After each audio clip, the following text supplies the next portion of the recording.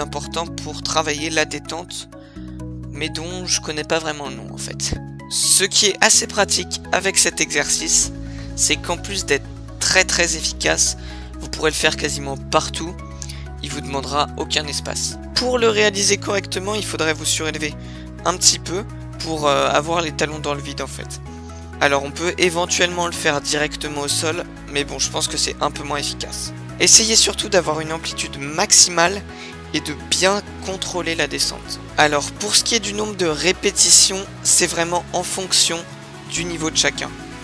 Mais bon, pour vous donner quand même un ordre d'idée, moi en général, j'en fais à peu près 20 répétitions à 2 jambes, puis 20 répétitions de chaque jambe, le tout enchaîné bien sûr.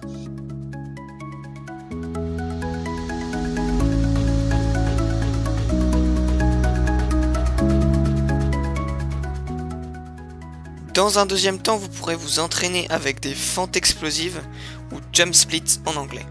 C'est un exercice qui va vous faire travailler les fessiers, les cuisses avec les quadriceps et aussi les mollets. Donc c'est vraiment assez complet et plutôt facile à réaliser. Pensez à bien garder le dos droit, perpendiculaire au sol et à chercher la hauteur et l'explosivité à chaque saut.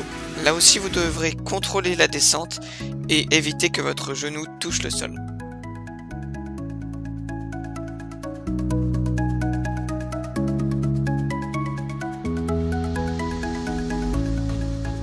En troisième exercice, on a un mouvement un peu pareil au niveau de la réalisation, les squats explosifs.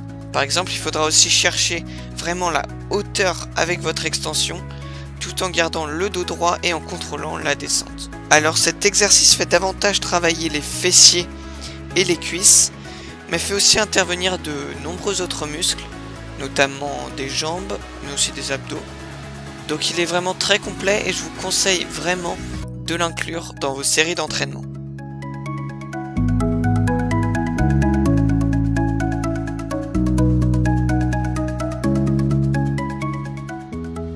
En quatrième exercice, on a un grand classique dont je vous avais déjà parlé dans une autre vidéo, les flexions-extensions.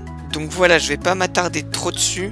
Vous descendez les bras parallèles au sol et vous sautez avec toute votre puissance pour chercher la hauteur maximum. Faites-en correctement entre 10 et 15 et vous sentirez déjà sûrement pas mal vos cuisses.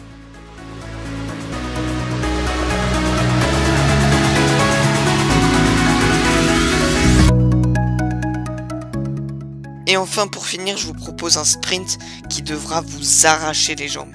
Faites-le après quelques séries d'exercices vus précédemment, si possible dans une côte pour encore plus de difficultés.